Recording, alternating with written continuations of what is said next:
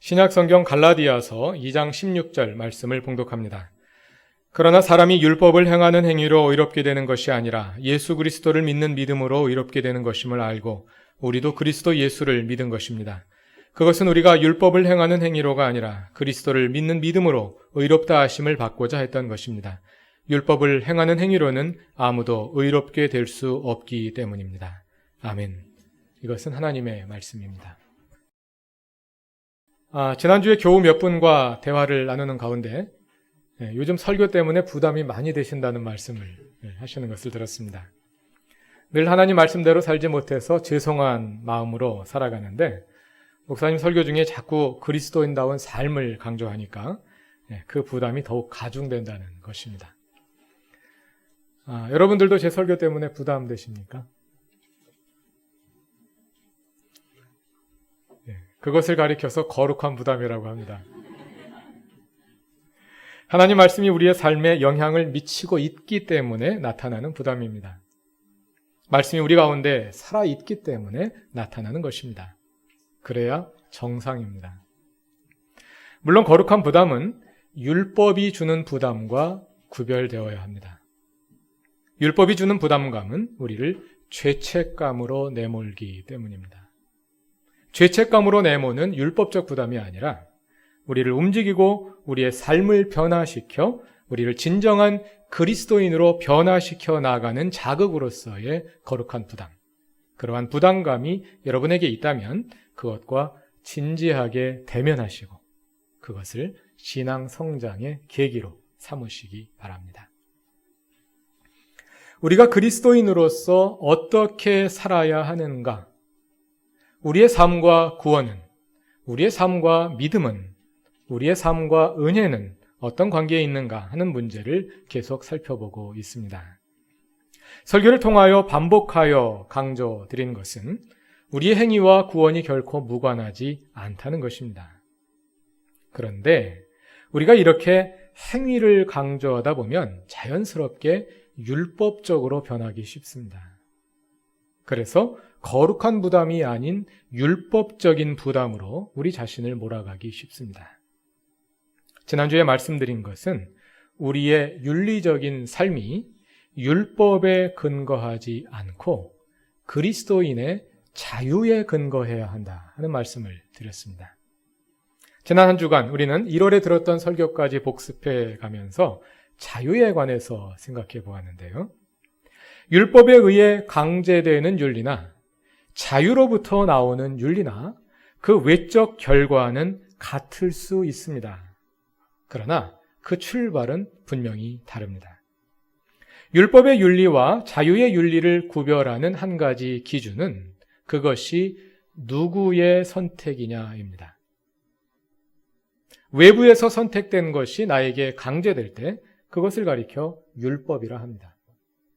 그러나 내 스스로 선택할 때 그것을 가리켜 자유라 합니다. 윤리적인 삶이란 특별한 것이 아닙니다. 지극히 상식적인 것입니다. 예를 들어서 살인하지 말라, 간음하지 말라, 도둑질하지 말라, 남을 속이지 말라 반대하시는 분들 있습니까? 왜 그래야 하는지 도무지 납득할 수 없는 분들 있습니까? 너무 상식적이고 당연한 것들입니다. 문제는 그것이 옳은 줄 다 알면서도 하지 않고 그것이 잘못인 줄 알면서도 한다는 데 있는 것이죠.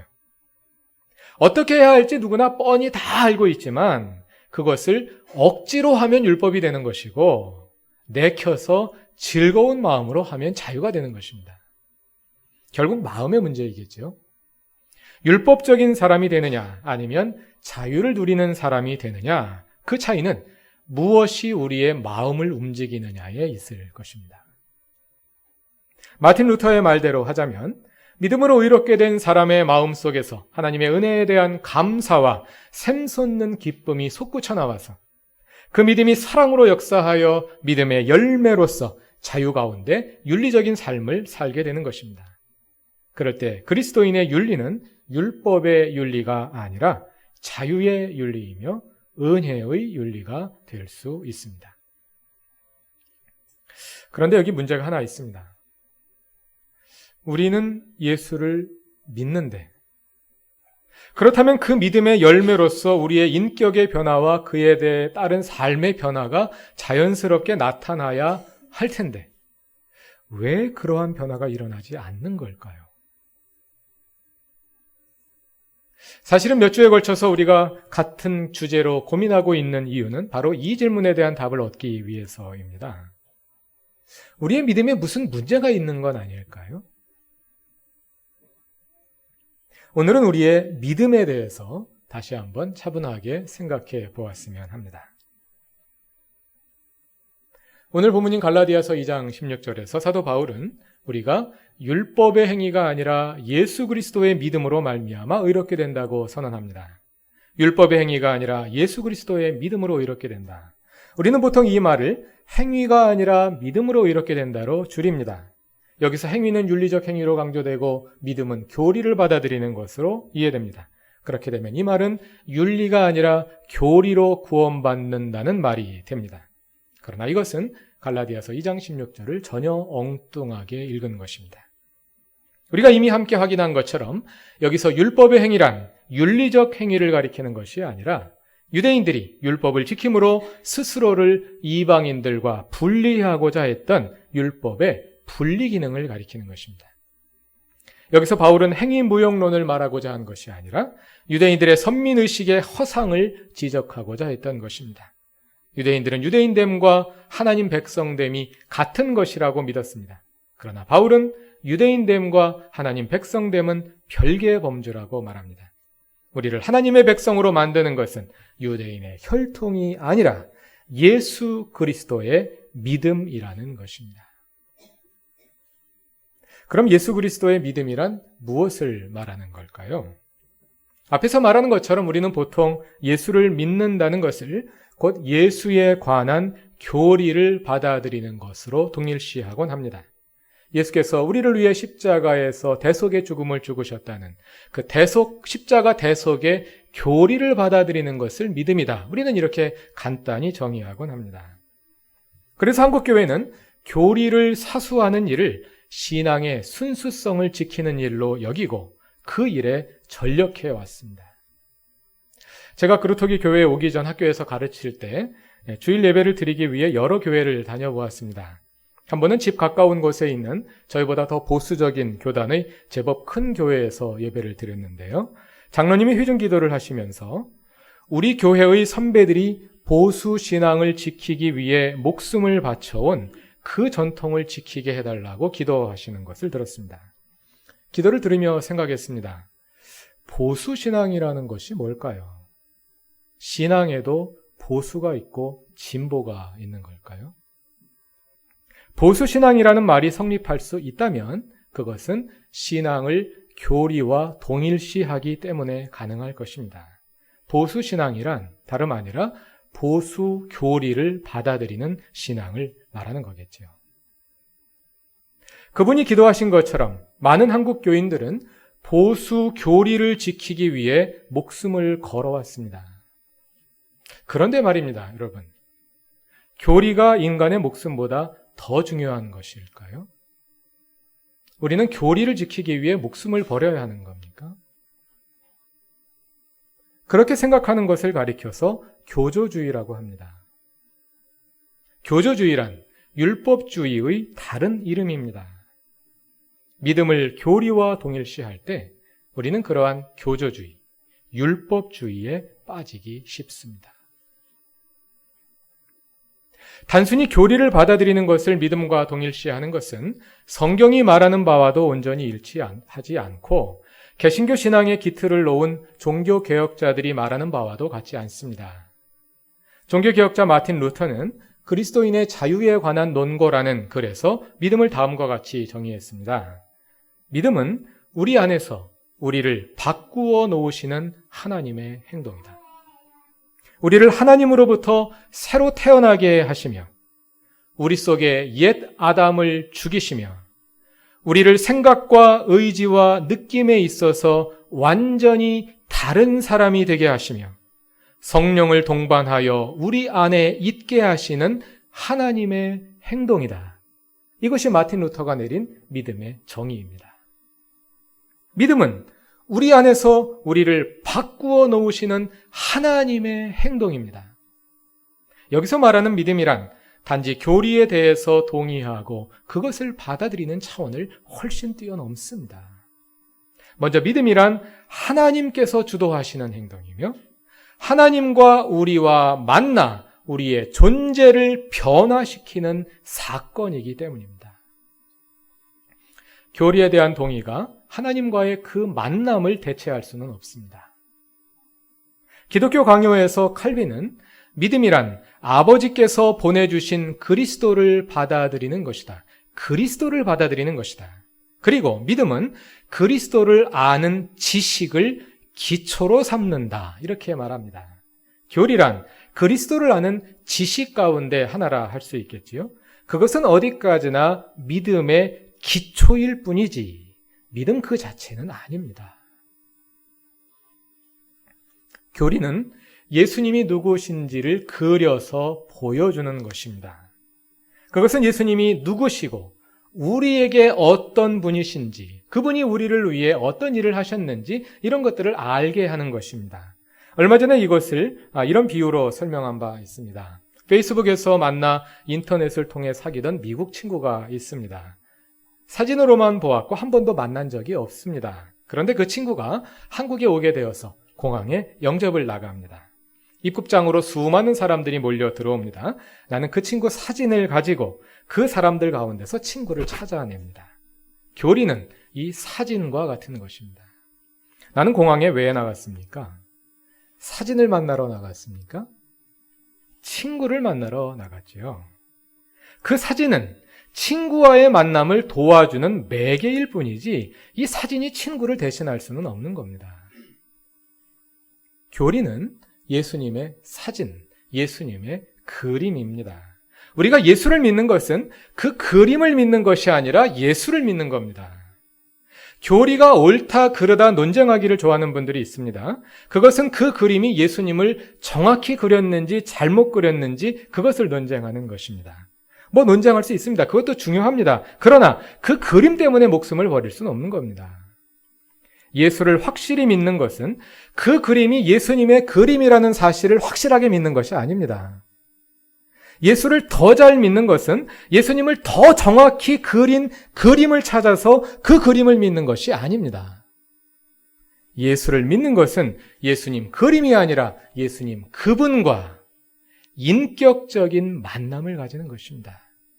그분이 내 삶 속에 들어와 나의 삶을 변화시키고 내 삶의 주인이 되시는 것입니다. 그것이 예수를 믿는 것입니다.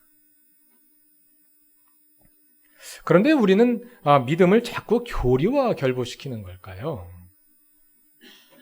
믿음을 교리와 관련짓다 보면 자연히 그 교리를 받아들이는 나 자신을 강조하지 않을 수 없습니다. 내가 믿어서 내가 확신하는 그 믿음이 나를 구원한다고 믿기 때문입니다. 과연 우리의 구원이 나의 확신에 달려있는 걸까요? 나의 구원이 나의 확신에 달려있다면 결국 내가 나를 구원하는 거 아닙니까? 그렇게 본다면 믿음이 강한 사람이란 신념이 강한 사람이 되는데 그럼 그 사람의 신념이 그 사람을 구원하는 것입니까? 그러한 생각은 현대인의 특성과 깊은 관련이 있습니다. 서구 역사에서 중세를 지나 근대에 이르면서 사람들은 그동안 교회가 가르쳐온 여러 가지 내용들에 대해서 적극적으로 의심을 제기하기 시작했습니다. 그 전까지 사람들은 하나님이 살아계시다는 것을 당연하게 받아들였고 교회가 가르치는 모든 내용들을 그냥 큰 의심 없이 인정했습니다. 그러나 르네상스를 거쳐 근대 정신이 싹 트면서 사람들은 교회의 가르침보다 인간의 이성을 진리의 기준으로 삼기 시작했고 그래서 이성에 부합하는 것만을 진리로 인정하기 시작했습니다. 그러한 사조의 기틀을 놓은 사람이 서양 근대 철학의 할아버지라 할 수 있는 데카르트입니다. 데카르트는 기존에 당연하게 받아들이던 모든 것들을 다 의심하기 시작했습니다.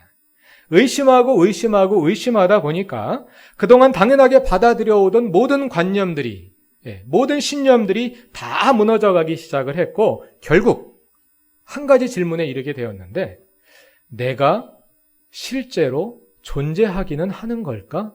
하는 질문에 이르게 되었습니다. 내가 진짜로 존재하는 걸까? 혹시 신이 나를 속이고 있는 것은 아닐까? 하는 질문에 이르게 된 것입니다. 데카르트는 그 지점에서 한 가지 확실한 것을 발견하게 되었는데, 그것은 내가 지금 여기서 의심하고 있다는 사실, 내가 생각하고 있다는 사실, 그것만은 의심하려 해도 의심할 수 없는 사실이라고 판단하게 된 것입니다. 그래서 데카르트는 그 사실을 모든 철학의 근거로 삼습니다. 그래서 데카르트는 이렇게 선언합니다. 나는 생각한다, 고로 나는 존재한다. 코기토 에르고 숨. 이 세상에 확실한 것은 단 하나밖에 없는데, 그것은 바로 생각하는 존재로서의 나, 인식의 주체로서의 나라는 것입니다. 데카르트는 이 코기토의 사실을 토대로 삼아서 그 위에 그의 철학을 다시 쌓아나가기 시작합니다. 그 이후 서양 철학에서는 생각하는 존재로서의 나, 즉 인식의 주체로서의 나가 모든 진리의 중심에 서게 됩니다. 이 세상에 확실한 것은 단 하나, 생각하는 존재로서의 나밖에 없기 때문에 그 나로부터 출발해서 이성의 철저한 검증을 통해서 내가 판단하고 내가 확신할 수 있는 그것만이 진리라고 인정하고 받아들이게 된 것입니다. 이러한 생각이 기독교 신앙에도 들어왔습니다. 그래서 믿음의 주체로서의 나, 나의 확신, 나의 믿음이 강조되고 나의 확신의 대상으로서의 교리의 객관성이 강조되게 된 것입니다. 데카르트 이후 합리주의의 시대를 거치면서 일련의 기독교 신학자들은 기독교의 교리가 합리적 사고를 통해 검증될 수 있는 객관적인 진리의 체계라는 것을 입증하는 데 주력하게 됩니다. 그러한 사조를 가리켜서 신학적 정통주의라고 말합니다. 그래서 오늘날도 스스로를 정통주의자라고 자처하는 분들은 교리를 강조하는 경향이 있습니다. 물론 나의 믿음은 중요합니다. 다른 사람이 나 대신 믿어주는 게 아니죠. 내 가족이 나를 대신해서 믿어주는 것이 아닙니다. 천주교처럼 교회가 나를 대신해서 믿어주는 것이 아닙니다. 바로 나, 단독자로서의 나 자신이 하나님을 알고 하나님을 믿는 것이기 때문입니다. 그래서 나의 믿음은 분명히 중요한 것입니다. 그러나 나의 확신이 너무 강조되다 보면 기독교 신앙이 주체를 강조하는 하나의 주관주의에 빠질 수 있습니다. 나아가서 우리의 구원이 전적으로 하나님의 은혜에 의한 것이라는 점을 부정하게 될 수도 있습니다. 나의 믿음이 나를 구원한다면, 나의 확신이 나를 구원한다면 결국 구원이 나에게 달려있다고 말하는 것 아닙니까? 그러나 앞에서 말씀드린 것처럼 믿음을 예수 그리스도와의 인격적 만남이라 했을 때도 문제가 없는 것은 아닙니다. 왜냐하면 우리는 믿음으로 구원받는데 믿음이 예수 그리스도와의 인격적 만남이라면 너무 모호하지 않습니까? 예수 그리스도의 인격적 만남이라는 것이 무엇이며 과연 그 만남이 어느 정도 깊어져야 구원을 받는 것입니까? 그리고 그것은 그렇게 본다면 구원을 너무 어렵게 만든 것 아닙니까? 이런 질문이 제기될 수 있습니다.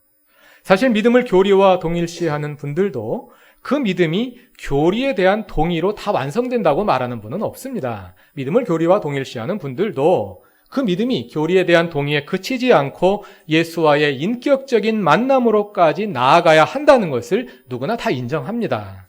그러나 그렇게 설명하면 믿음이 너무 어려운 과제가 되는 거예요. 교회 다니기 시작해서 예수님과 인격적인 만남이 형성되기까지는 많은 기간이 필요한데 그럼 그때까지는 아직 구원받지 못한 것이냐 하는 문제에 직면하게 되는 것입니다. 여러 교우들 가운데서도 내가 과연 예수님과 인격적인 만남을 가지고 있나? 나는 그럼 구원받은 것인가? 의심이 들기 시작하는 분들이 있을 거란 말이죠. 그래서 구원에 이르는 과정을 쉽게 만들기 위해서 교리만 받아들이면 된다는 생각을 하게 된 것이 아닌가 합니다. 그리고 그것을 우리는 은혜라고 생각하는 겁니다. 그냥 나는 십자가 대속 교리만 받아들였을 뿐 아무것도 한 일이 없는데 구원받았으니까 그것이 은혜라고 생각하는 것입니다. 그러나 그러한 생각은 우리를 예수를 인격적으로 만나지 않고 예수의 그림에만 매달리게 하는 왜곡된 결과로 이끌어왔습니다. 우리는 전도할 때 당신이 교리에 동의합니까? 당신은 구원받았습니다. 당신은 믿음이 있는 사람입니다. 선언합니다. 믿음이 이미 완성됐습니다. 이미 완성됐어요. 그 다음에 행위가 따르지 않아도, 삶이 따르지 않아도 이미 믿음이 완성됐기 때문에 구원받는데 전혀 지장이 없는 거예요. 얼마나 편안합니까? 얼마나 편리합니까? 이렇게 우리가 믿음을 왜곡시켜 온 것이죠. 그런데 조금 더 생각해보면 이것은 은혜의 원리와도 모순됩니다. 구원이 나의 확신, 나의 믿음이 달려있는 것이라면 결국 구원이 나에게 달려있는 것이라고 말하는 것이 되기 때문입니다. 그렇지 않습니까? 행위로 구원받는 것이 아니라 믿음으로 구원받는다. 누가 믿어? 내가 믿지. 내가 안 믿으면 구원 못 받는 거지.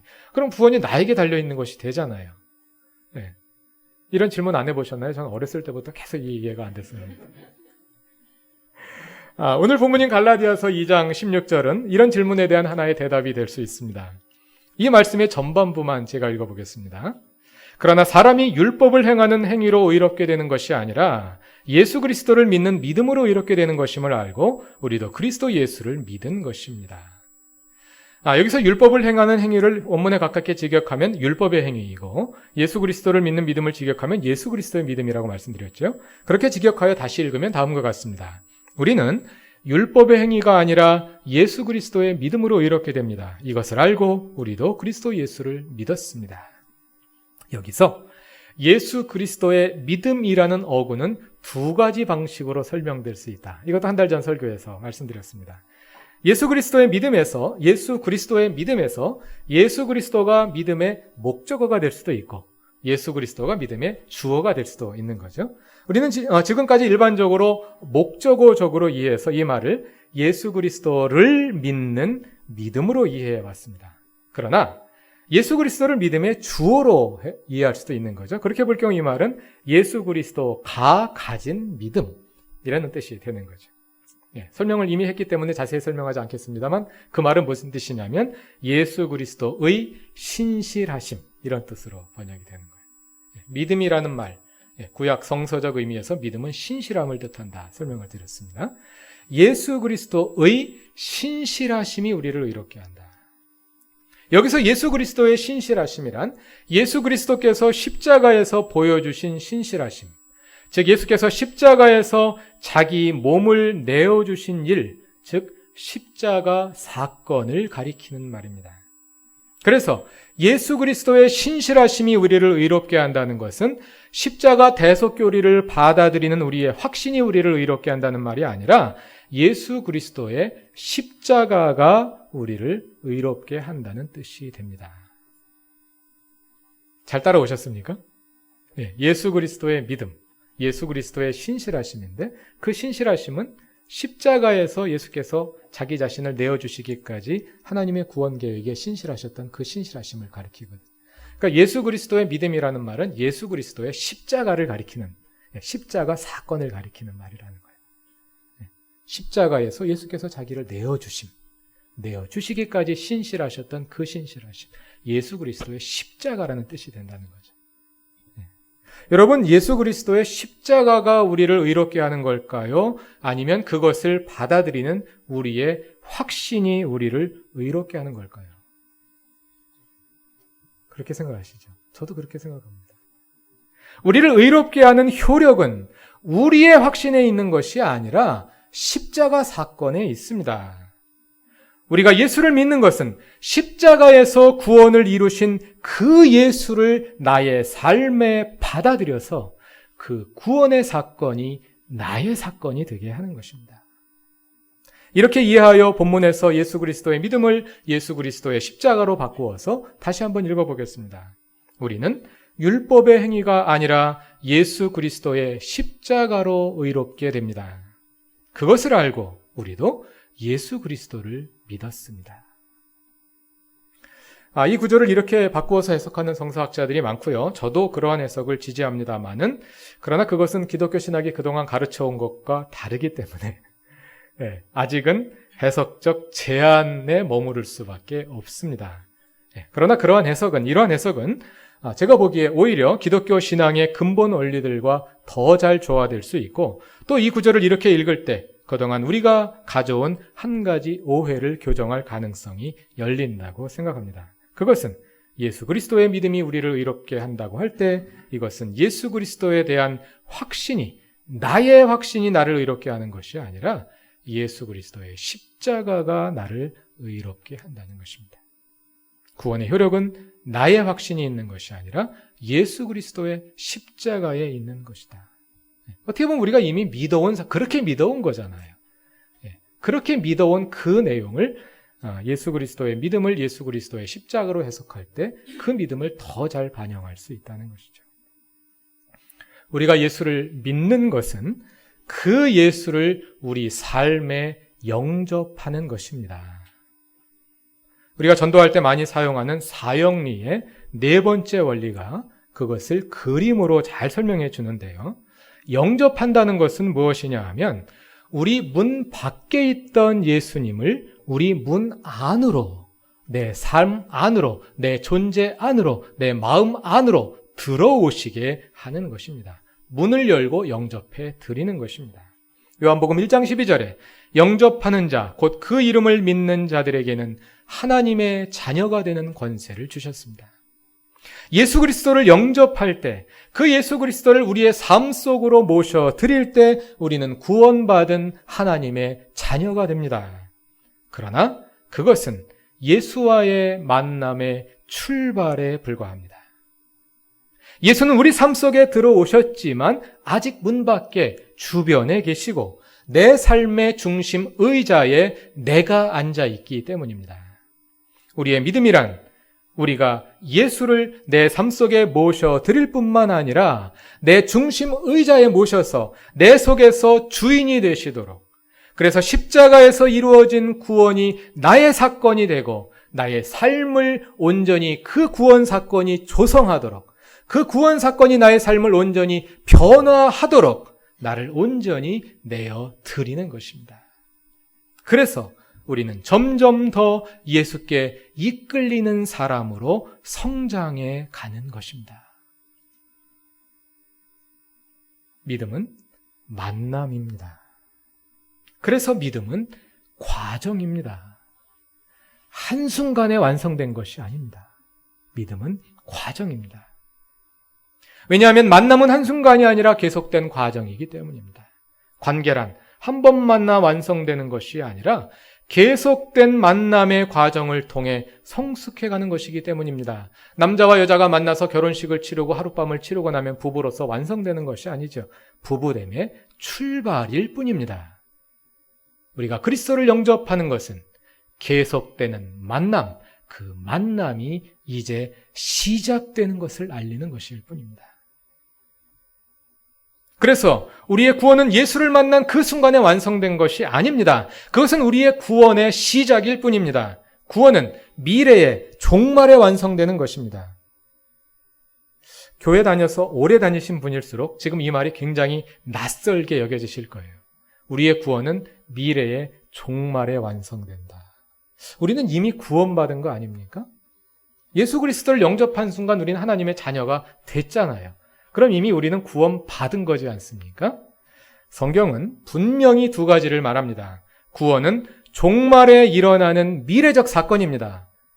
기본적으로, 근본적으로 구원은 종말에 일어나는 미래적 사건입니다. 그런데 그것은 동시에 현재적 사건이기도 합니다. 왜냐하면 예수 그리스도의 십자가를 통하여서 그 구원이 우리에게 이미 결정되었기 때문입니다. 그러나 아직 구원이 완성된 게 아니에요. 구원은 미래에 완성되는 겁니다. 그런데 한국교회는 이거를 전혀 가르치지 않습니다. 이것만 가르치는 이단이 있는데 그 이단이 구원파입니다. 그래서 김세훈 박사 같은 신학자는 한국교회는 전부 다 구원파라고 이렇게 공격하기까지 합니다. 귀담아 들어야 할 이야기입니다. 그래서 다음 설교에서는 이 점에 대해서 더 말씀드리려고 합니다. 구원과 종말, 이 설교를 마지막으로, 종말이기 때문에 다음 설교를 마지막으로 이 시리즈를 마치려고 합니다.